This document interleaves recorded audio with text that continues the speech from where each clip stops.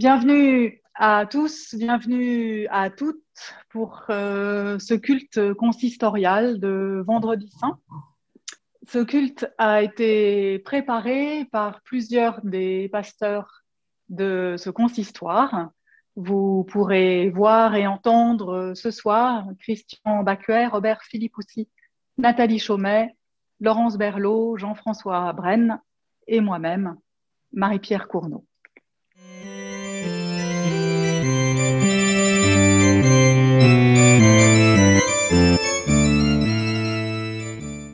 La terre est nue et le grain hors de vue.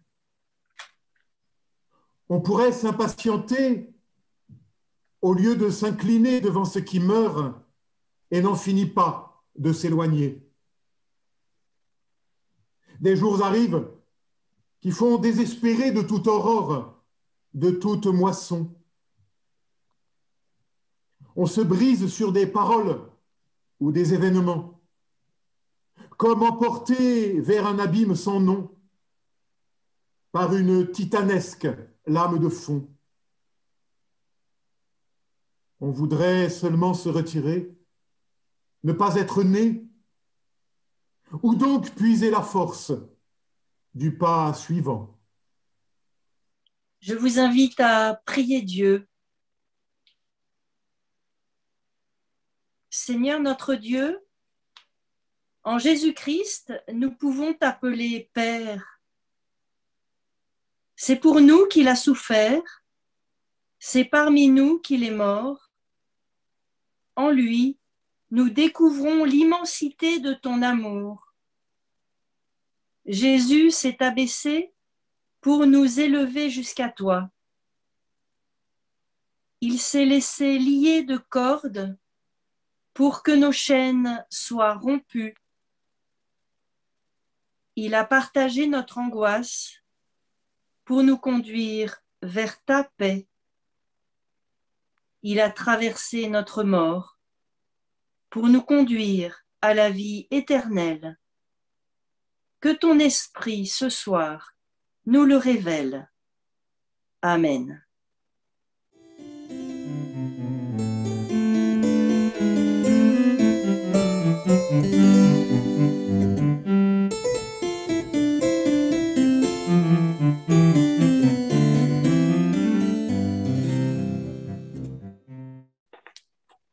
Nous écoutons la lecture du récit de la Passion dans l'évangile de Jean, les chapitres 18 et 19.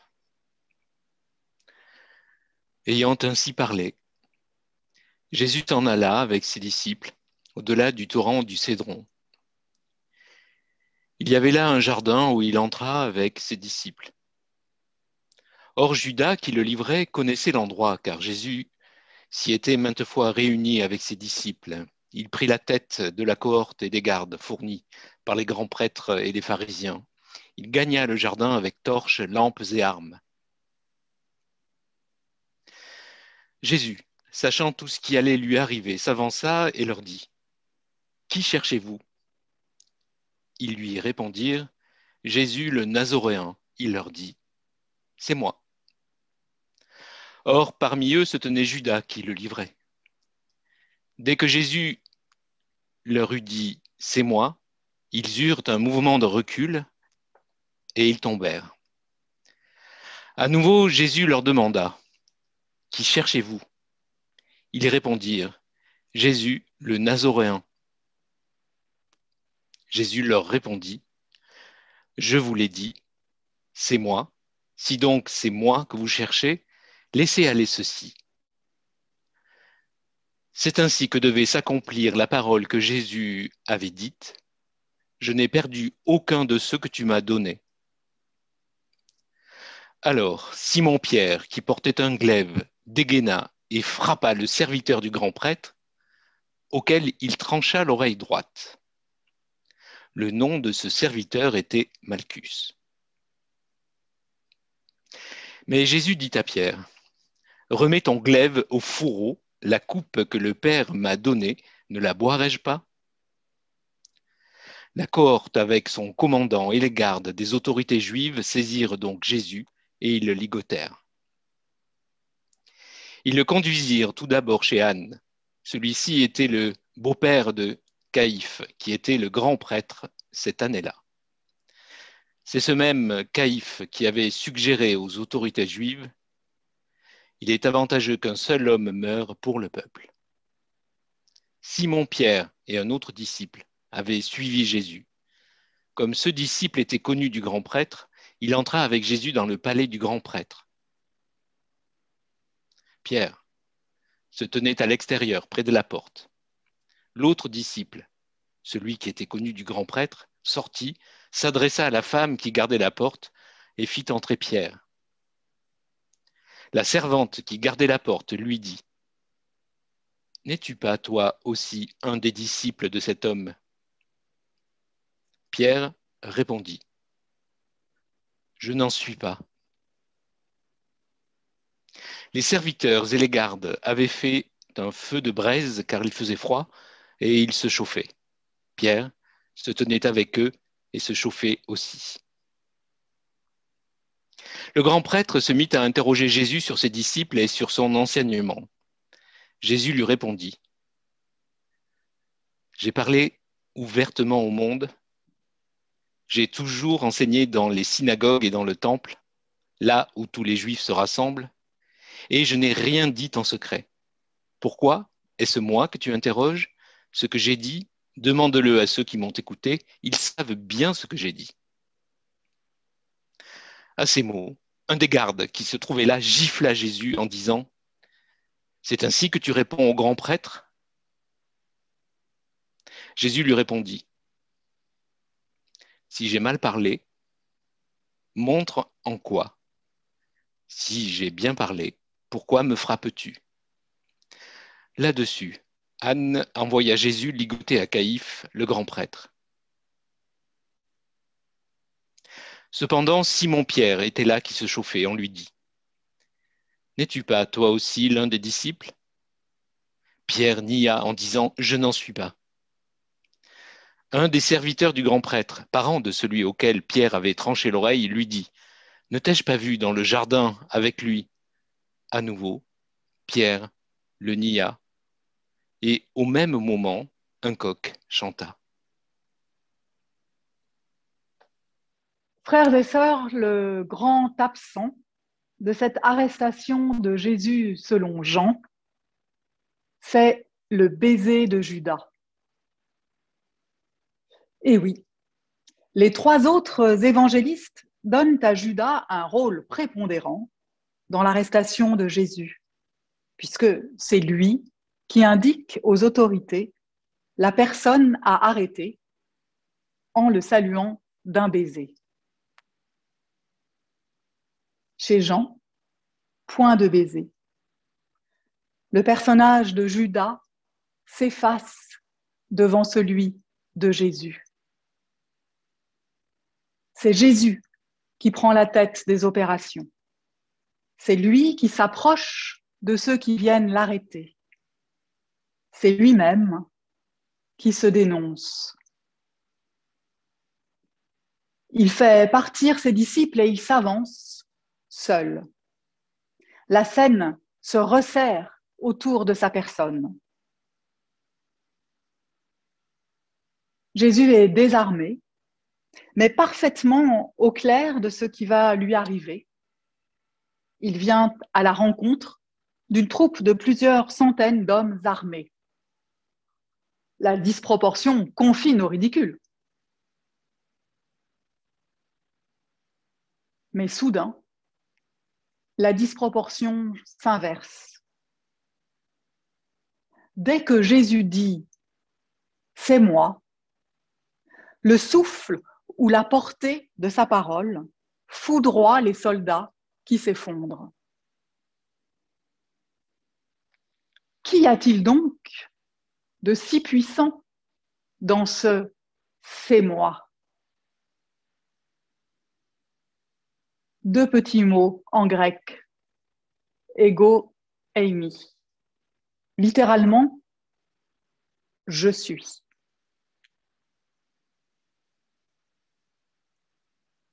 Les « je suis » prononcés par Jésus ponctuent tout l'évangile de Jean. Je crois qu'en tout, il y en a 15, au moins en tout cas.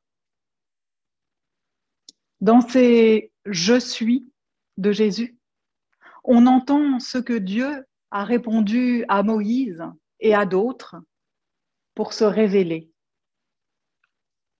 Et dans la bouche de Jésus, ce sont autant de confessions de foi qui disent qu'en Jésus, c'est Dieu qui vient à nous, c'est Dieu qui nous parle. Mais les je suis, les c'est moi de Jésus en font résonner d'autres au fond de nous. Est-ce moi? Et moi, qui suis-je? Serons-nous comme Pierre qui dira « je ne suis pas » 3 fois de suite pour que surtout aucune relation ne puisse être tissée entre lui et Jésus. Pierre ne veut pas entrer en histoire avec Jésus.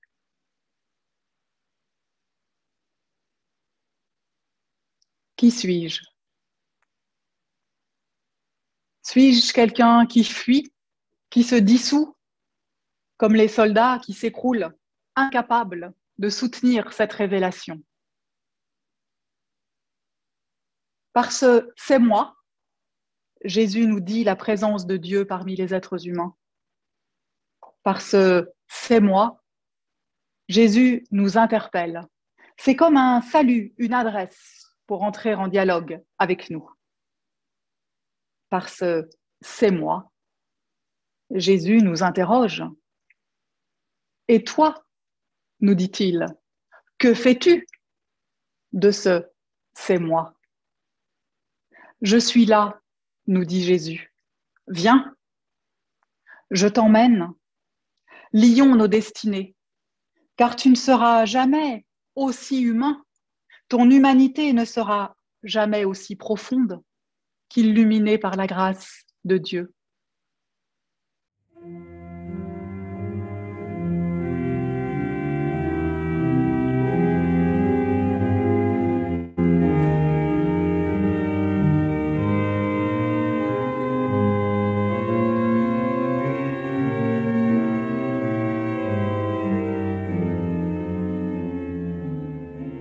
On avait emmené Jésus de chez Caïphe à la résidence du gouverneur. C'était le point du jour. Ceux qui l'avaient amené n'entrèrent pas dans la résidence pour ne pas se souiller et pouvoir manger la Pâque. Pilate vint donc les trouver à l'extérieur et dit : « Quelle accusation portez-vous contre cet homme ? » Ils répondirent : « Si cet individu n'avait pas fait le mal, te l'aurions-nous livré ? » Pilate leur dit alors : « Prenez-le et jugez-le vous-même suivant votre loi. » Les autorités juives lui dirent : « Il ne nous est pas permis de mettre quelqu'un à mort. » C'est ainsi que devait s'accomplir la parole par laquelle Jésus avait signifié de quelle mort il devait mourir. Pilate rentra donc dans la résidence. Il appela Jésus et lui dit : « Est-ce toi le roi des Juifs ? » Jésus lui répondit : « Dis-tu cela de toi-même, ou d'autres te l'ont-ils dit de moi ? » Pilate lui répondit : « Est-ce que je suis juif, moi ? Ta propre nation, les grands prêtres t'ont livré à moi. Qu'as-tu fait ? » Jésus répondit : « Ma royauté n'est pas de ce monde. Si ma royauté était de ce monde, les miens auraient combattu pour que je ne sois pas livré aux mains des autorités juives. Mais ma royauté maintenant n'est pas d'ici. » Pilate lui dit alors : « Tu es donc roi ? » Jésus lui répondit : « C'est toi qui dis que je suis roi. Je suis né et je suis venu dans le monde pour rendre témoignage à la vérité. Quiconque est de la vérité, écoute ma voix. » Pilate lui dit : « Qu'est-ce que la vérité ? » Sur ce mot, il alla de nouveau trouver les autorités juives au dehors et leur dit : Pour ma part, je ne trouve contre lui aucun chef d'accusation. Mais comme il est d'usage chez vous que je vous relâche quelqu'un au moment de la Pâque, voulez-vous donc que je vous relâche le roi des Juifs? Alors ils se mirent à crier, pas celui-là, mais Barabbas. Or, ce Barabbas était un brigand.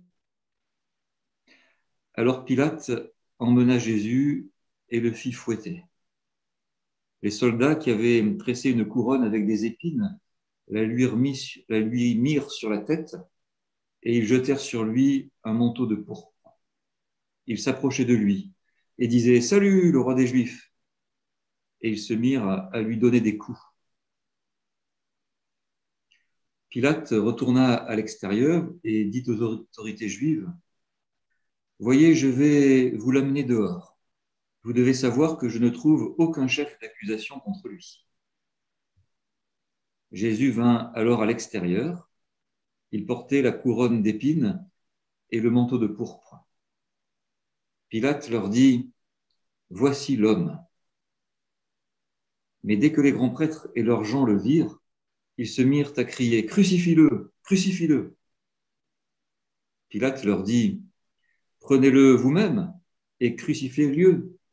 Quant à moi, je ne trouve pas de chef d'accusation contre lui. » Les autorités juives lui répliquèrent « Nous avons une loi, et selon cette loi, il doit mourir parce qu'il s'est fait fils de Dieu. » Lorsque Pilate entendit ce propos, il fut de plus en plus effrayé. Il regagna la résidence et dit à Jésus « D'où es-tu, toi ?» Mais Jésus ne lui fit aucune réponse. Pilate lui dit alors « C'est à moi que tu refuses de parler ? Ne sais-tu pas que j'ai le pouvoir de te relâcher comme j'ai le pouvoir de te faire crucifier ?» Mais Jésus lui répondit « Tu n'aurais sur moi aucun pouvoir s'il ne t'avait été donné d'en haut. Et c'est bien pourquoi celui qui m'a livré à toi porte un plus grand péché. » Dès lors, Pilate cherchait à le relâcher, mais les autorités juives se mirent à crier et disaient « Si tu le relâchais, tu ne te conduirais pas comme l'ami de César, car quiconque se fait roi se déclare contre César. » Dès qu'il entendit ces paroles, Pilate fit sortir Jésus et le fit asseoir sur l'estrade, à la place qu'on appelle Lithostrotos, en hébreu Gabbatha. C'était le jour de la préparation de la Pâque, vers la 6e heure.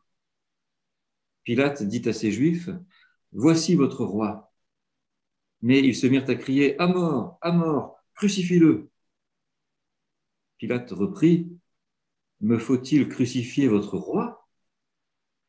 Les grands prêtres répondirent « Nous n'avons pas d'autre roi que César. » C'est alors qu'il le leur livra pour être crucifié.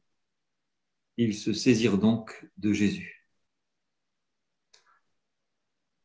Un roi humilié, un gouverneur romain, connu par ailleurs pour être sans scrupules, qui hésite à condamner Jésus.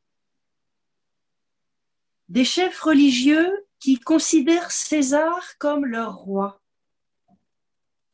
Les identités des uns et des autres sont mouvantes et Jésus force chacun à bouger, à se dévoiler. Est-ce toi le roi des Juifs ? Qui a soufflé à Pilate que Jésus pouvait l'être ? Il n'y a pas d'acte d'accusation, comme si ceux qui l'ont amené ne savaient pas comment justifier leur geste. Le roi des Juifs est une expression qui désigne le Messie attendu, le libérateur d'Israël. Pilate voit en Jésus un homme inoffensif, malgré cette dénomination royale, sans doute risible à ses yeux. Pourtant, au fil du dialogue, il constate que Jésus n'a pas peur de lui. C'est un homme libre, malgré ses chaînes. Jésus déclare que sa royauté n'est pas de ce monde. En le disant, il est dans le monde. Son règne se manifeste juste par sa présence, une présence donnée d'en haut, même au cœur de la souffrance.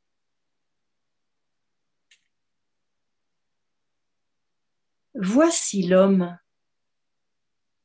Alors que Jésus est déguisé en roi, humilié et ridiculisé, Pilate n'annonce pas le roi des Juifs, mais un homme, un humain.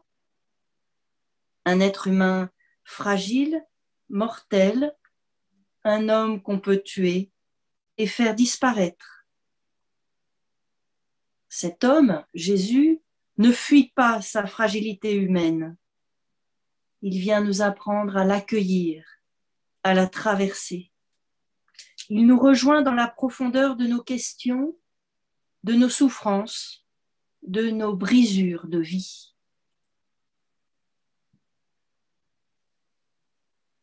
N'est-il qu'un homme?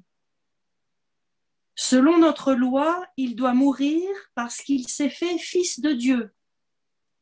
Le fils de Dieu, cela fait peur à Pilate. Cette dénomination pouvait être utilisée pour des empereurs romains. Mais Jésus, en étant à la place du Fils, peut remettre le pouvoir de Pilate sous le pouvoir de Dieu. Fils de Dieu, c'est savoir qu'on vient de plus grand que soi. Mais alors, qui est Jésus? Un roi? Un simple humain? Le Fils de Dieu? Jésus dit seulement qu'il est un homme de vérité, un homme qui révèle la vérité, un homme face à qui on peut poser la question « Qu'est-ce que la vérité ?» Cet homme, humilié devant tous, porte une vérité qui ne se possède pas, mais qui se découvre vivante. Elle se reçoit en Jésus, qui dit de lui-même « Je suis le chemin, la vérité et la vie ». Et dans ce chemin, Jésus vient nous donner une identité véritable que personne ne pourra nous ravir, l'identité profonde de celui, de celle qui se sait aimé de Dieu.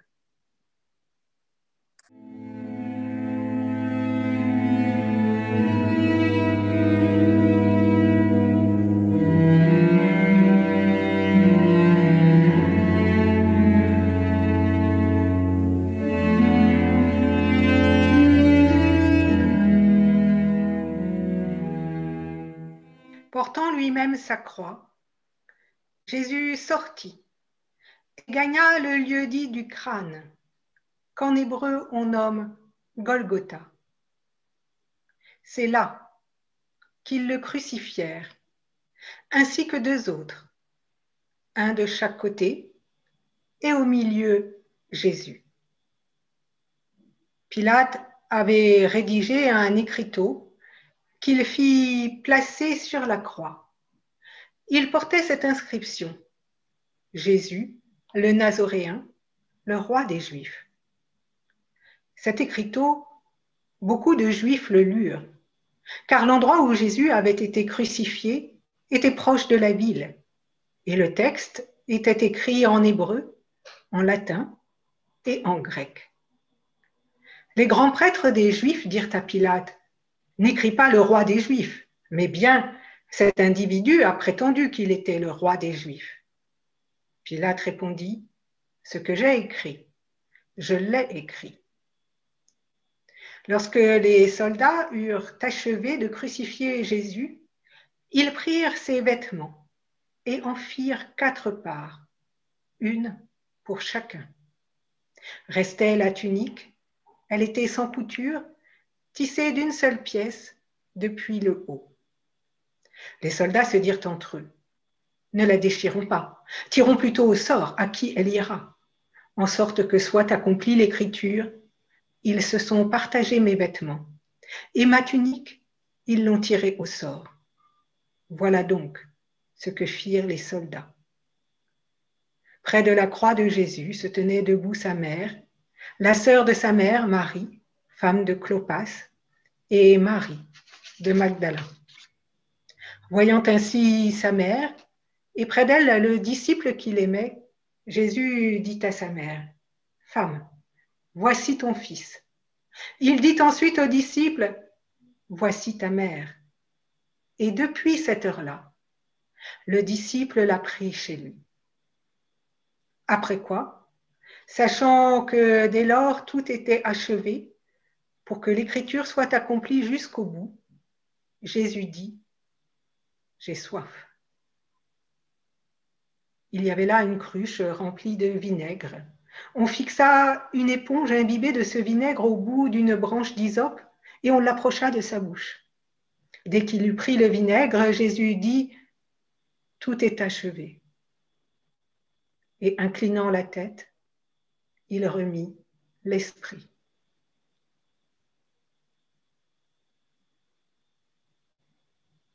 Cependant, comme c'était le jour de la préparation, les autorités juives, de crainte que les corps ne restent en croix durant le sabbat, ce sabbat était un jour particulièrement solennel, demandèrent à Pilate de leur faire briser les jambes et de les faire enlever.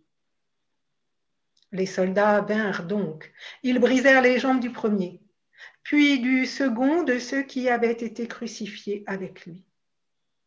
Arrivés à Jésus, ils constatèrent qu'il était mort et ils ne lui brisèrent pas les jambes. Mais un des soldats, d'un coup de lance, le frappa au côté et aussitôt il en sortit du sang et de l'eau. Celui qui a vu rend témoignage et son témoignage est conforme à la vérité. Et d'ailleurs, celui-là sait qu'il dit ce qui est vrai, afin que vous aussi, vous croyez. En effet, tout cela est arrivé pour que s'accomplisse l'Écriture. Pas un de ses os ne sera brisé. Il y a aussi un autre passage de l'Écriture qui dit « Ils verront celui qu'ils ont transpercé. » Après ces événements, Joseph d'Arimathée, qui était un disciple de Jésus, mais s'en cachait par crainte des autorités juives, demanda à Pilate l'autorisation d'enlever le corps de Jésus. Pilate acquiesça et Joseph vint enlever le corps. Nicodème vint lui aussi, lui qui naguère était allé trouver Jésus au cours de la nuit. Il apportait un mélange de myrrhe et d'aloès d'environ 100 litres. Ils prirent donc le corps de Jésus et l'entourèrent de bandelettes avec des aromates, suivant la manière juive d'ensevelir. À l'endroit où Jésus avait été crucifié, il y avait un jardin. Et dans ce jardin, un tombeau tout neuf, où jamais personne n'avait été déposé. En raison de la fête juive de la préparation, et comme ce tombeau était proche, c'est là qu'ils déposèrent Jésus. Et voici le grand Amen. Tout est dit désormais. L'Écriture a parlé et l'amour a aimé jusqu'au bout, de bout en bout. Pourtant, que reste-t-il en cette heure où la mort triomphe? Un corps mort, du sang et de l'eau. Du sang et de l'eau. Étrange précision que nous relate là le 4e évangile. Si le geste historique est bien celui du coup de grâce, le geste théologique ne serait-il pas celui du coup porté par la grâce? Grâce qui se prolonge dans le baptême et la scène. Car la mort du Christ est bien le lieu où s'enracinent les deux sacrements de la grâce. Et la mort de Jésus devient l'ultime subversion par la même créatrice de vie, créatrice de grâce. Celui qui a vu en témoignage, et son témoignage est véridique, et celui-là sait qu'il dit vrai, afin que nous aussi, nous croyons. Écoutons Peggy mettre admirablement ces mots dans la bouche de Dieu lui-même. La 9e heure avait sonné. C'était dans le pays de mon peuple d'Israël. Tout était consommé. Cette énorme aventure. Depuis la 6e heure, il y avait eu des ténèbres sur tout le pays jusqu'à la 9e heure. Tout était consommé. Ne parlons plus de cela, ça me fait mal. Cette incroyable descente de mon fils parmi les hommes, chez les hommes, pour ce qu'ils en ont fait. Ces 30 ans qu'il fut charpentier chez les hommes, ces 3 ans qu'il fut une sorte de prédicateur chez les hommes, ces 3 jours où il fut une victime chez les hommes, parmi les hommes. Ces 3 nuits où il fut un mort chez les hommes, parmi les hommes morts. Ces siècles et ces siècles où il est peint chez les hommes. Oui, tout était consommé, cette incroyable aventure par laquelle, moi, Dieu, j'ai les bras liés pour mon éternité. Cette aventure par laquelle mon Fils m'a lié les bras, pour éternellement liant les bras de ma justice, pour éternellement déliant les bras de ma miséricorde. Et contre ma justice inventant une justice même, une justice d'amour, une justice d'espérance. Tout était consommé. Fin de citation. Oui, tout est dit désormais, l'Écriture a parlé et l'amour a aimé jusqu'au bout, de bout en bout.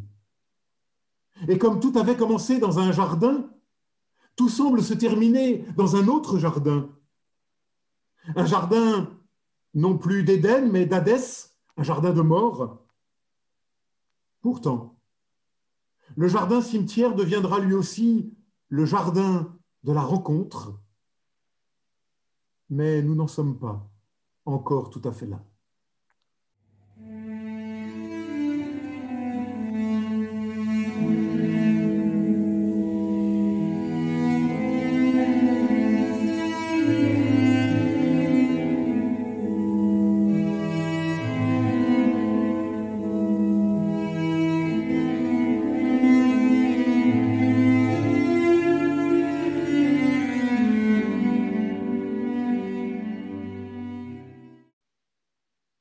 Nous prions.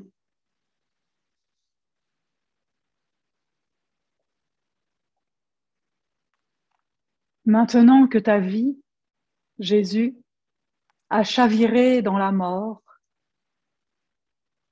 que ta parole est devenue silence et ta présence absence.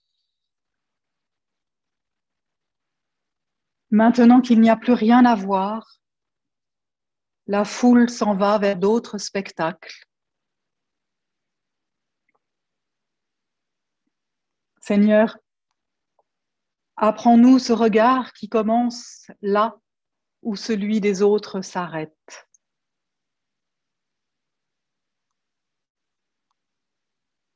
Seigneur, apprends-nous la patience du grain de blé et l'attente qui n'est pas une lassitude, mais une manière de se tenir dans la promesse.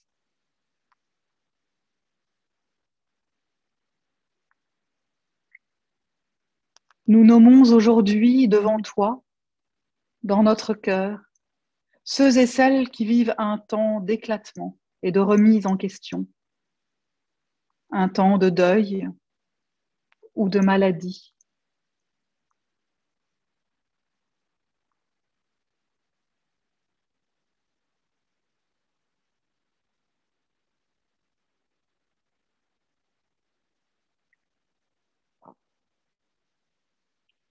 Nous nous réjouissons avec ceux et celles qui prennent pied et qui ont des envies pour demain.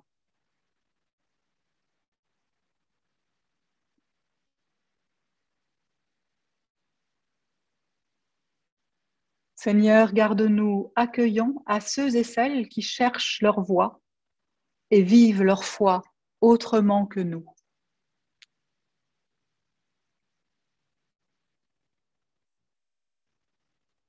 Seigneur, préserve-nous de toute suffisance et donne-nous plutôt de témoigner de la largesse de ton regard, celui que tu poses sur chaque être humain. Ce regard que nous accueillons en te disant cette prière que tu nous as enseignée. Notre Père qui es aux cieux, que ton nom soit sanctifié, que ton règne vienne, que ta volonté soit faite sur la terre comme au ciel. Donne-nous aujourd'hui notre pain de ce jour. Pardonne-nous nos offenses, comme nous pardonnons aussi à ceux qui nous ont offensés. Et ne nous laisse pas entrer en tentation, mais délivre-nous du mal.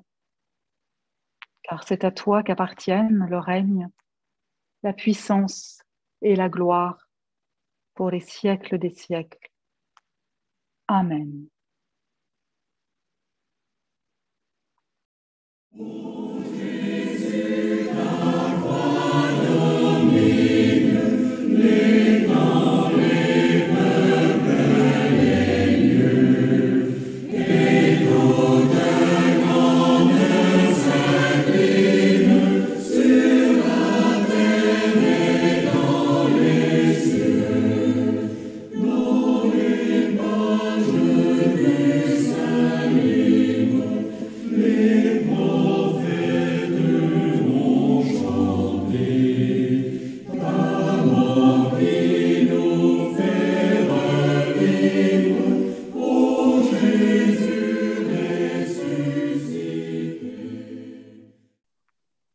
Près de la croix, la mère et l'ami.